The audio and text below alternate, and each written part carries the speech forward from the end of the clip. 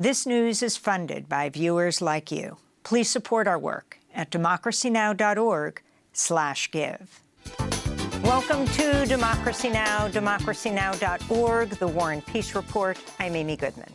The American Civil Liberties Union has threatened to sue President Biden over his new executive order temporarily shutting down the U.S.-Mexico border and suspending protections for asylum seekers. ACLU attorney Lee Gallant said, quote, "It was illegal when Trump did it, and it's no less illegal now," unquote. The ACLU warned Biden's executive order will put thousands of lives at risk.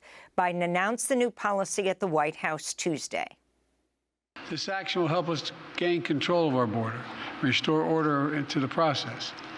This ban will remain in place until the number of people trying to enter illegally is reduced to a level that our system can effectively manage. President Biden made the announcement just weeks before his first debate with Donald Trump.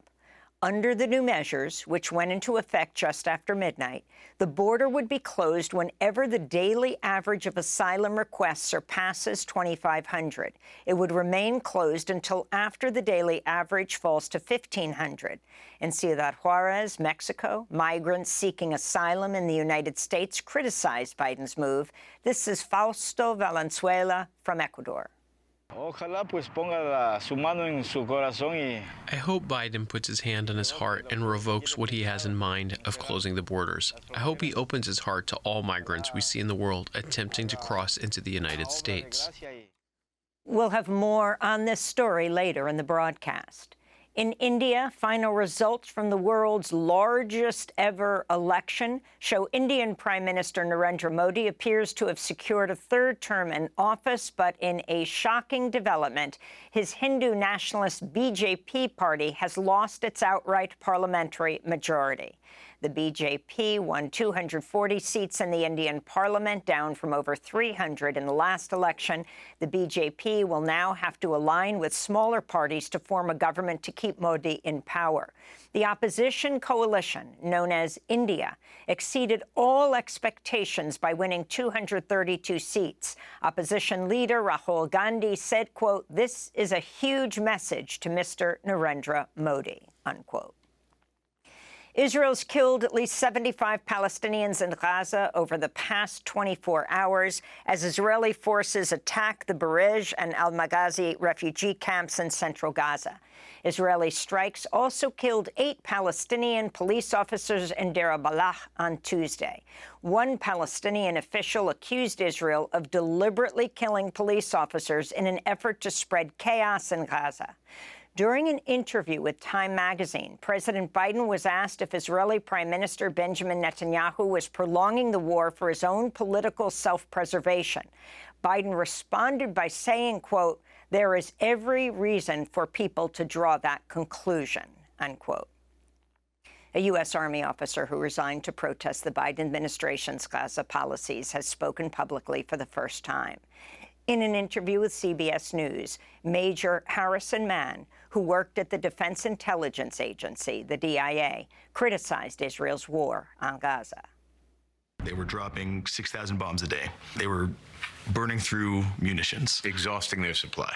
You know, it was very easy to link our support, which I was part of, to the killing in Gaza. What bothered this intelligence officer specializing in the Middle East the most? His view that the Israelis were targeting Palestinian civilians indiscriminately and that U.S. weapons made it possible. Were the Israelis using American weapons against civilians in Gaza?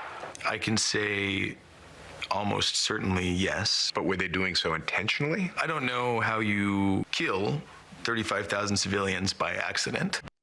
Major Harrison Mann was interviewed by CBS News' Jim Axelrod.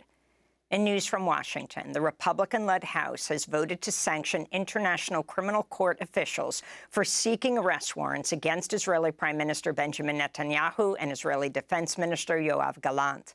The bill calls for sanctions against anyone involved in ICC investigations of Americans or U.S. allies that are not ICC members. The final vote, 247 to 155, with 42 Democrats joining Republicans. The bill heads to the Senate, where it's not expected to pass. The New York Times is reporting the Israeli government's been running a secret online campaign to influence and target U.S. lawmakers and the public to generate more support for its war on Gaza. The Times reports Israel's Ministry of Diaspora Affairs allocated $2 million for the operation, which has been carried out by an Israeli marketing firm called Stoic. Last week, the social media company Meta shut down hundreds of fake accounts set up by Stoic. The Times reports the campaign focused in part on black Democratic lawmakers, including House Minority Leader Hakeem Jeffries and Georgia Senator Raphael Warnock. The covert operation also created fake accounts on the platform X and set up 3 fake English-language news sites. Human Rights Watch has condemned Israel for repeatedly firing incendiary white phosphorus shells into southern Lebanon over the past 8 months. The group's verified white phosphorus attacks on 17 municipalities, including 5 towns where the shells struck populated residential areas. Lebanon's Ministry of Public Health says the attacks have injured at least 173 people. In election news, Congressmember Andy Kim has won New Jersey's closely watched Democratic Senate primary. Kim won 75% of the vote. Progressive think tank director Patricia Campos Medina placed second with 16%, and the longtime activist Larry Hamm won 9%. On the Republican side, Curtis Bashaw defeated Christine Serrano-Glassner, who'd been endorsed by Trump. The New Jersey Senate seat is currently held by Democrat Robert Menendez, who's currently on trial for corruption centered on bribes tied to the Egyptian and Qatari governments. Last week, Senator Menendez filed papers to run for re-election as an independent. Menendez's son, Democratic Congressmember Rob Menendez, won his primary House race in New Jersey.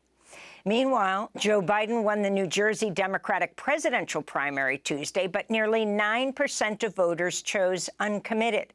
In many areas of New Jersey, the ballot line read, quote, uncommitted, justice for Palestine, permanent ceasefire now, unquote. Attorney General Merrick Garland testified on Capitol Hill Tuesday and decried what he called the, quote, unprecedented and unfounded attacks against the Department of Justice. Republican lawmakers are threatening to hold Garland in contempt for refusing to turn over audio recordings of President Biden's interview with special counsel Robert Hur. A transcript of the interview has already been made public. Republicans on the House Judiciary Committee grilled Garland about that case, as well as the criminal prosecutions of Donald Trump. Garland defended the agency's actions. I will not be intimidated, and the Justice Department will not be intimidated. We will continue to do our jobs free from political influence, and we will not back down from defending democracy. Ukraine has reportedly attacked Russian soil for the first time using a U.S.-made artillery system. This comes just days after the Biden administration gave Ukraine the green light to carry out such attacks, despite warnings from Russia. Meanwhile, Ukrainian President Volodymyr Zelensky is criticizing Biden for deciding not to attend an upcoming peace summit in Switzerland. Vice President Kamala Harris will attend instead. Biden, however, is expected to meet with Zelensky this week in Normandy, France, and again at the G7 summit in Italy. In the Mexican state of Michoacan, the mayor of Cotija was killed in an ambush Monday. Yolanda Sanchez Figueroa was walking home when she and her bodyguards were shot by assailants in a van. Sanchez's murder came shortly after Claudia Sheinbaum made history as the first woman elected president in Mexico's history. This year's election campaign was one of the most violent in Mexico. Gender violence was a central issue.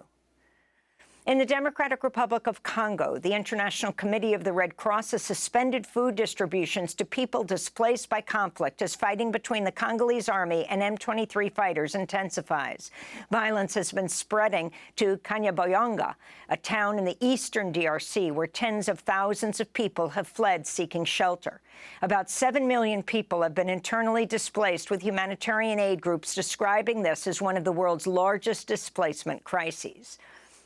In election news, Wisconsin Attorney General Josh Kaul has filed felony charges against Trump campaign attorney Kenneth Chesebro and 2 other men for their role in attempting to overthrow the 2020 election by appointing fake electors to the Electoral College. Chesebro is also facing criminal charges in Georgia. And opening arguments were heard Tuesday in the federal gun trial of Hunter Biden, who's the first child of a sitting president to ever face a criminal trial. Hunter Biden is accused of illegally purchasing a gun at a time when he was using drugs. On Tuesday, prosecutors played audio recordings of Hunter Biden reading the audiobook of his memoir about his struggle with an addiction to crack cocaine. Biden's lawyer, Abby Lowell, said Biden did not, quote, knowingly lie about his drug use when filing forms to purchase the gun. And those are some of the headlines. This is Democracy Now!, democracynow.org, The War and Peace Report. I'm Amy Goodman in New York with Juan Gonzalez in Chicago. Hi, Juan. Hi, Amy, and welcome to all of our listeners and viewers across the country and around the world. Democracy Now! Is funded by viewers like you. Please give today at democracynow.org/give.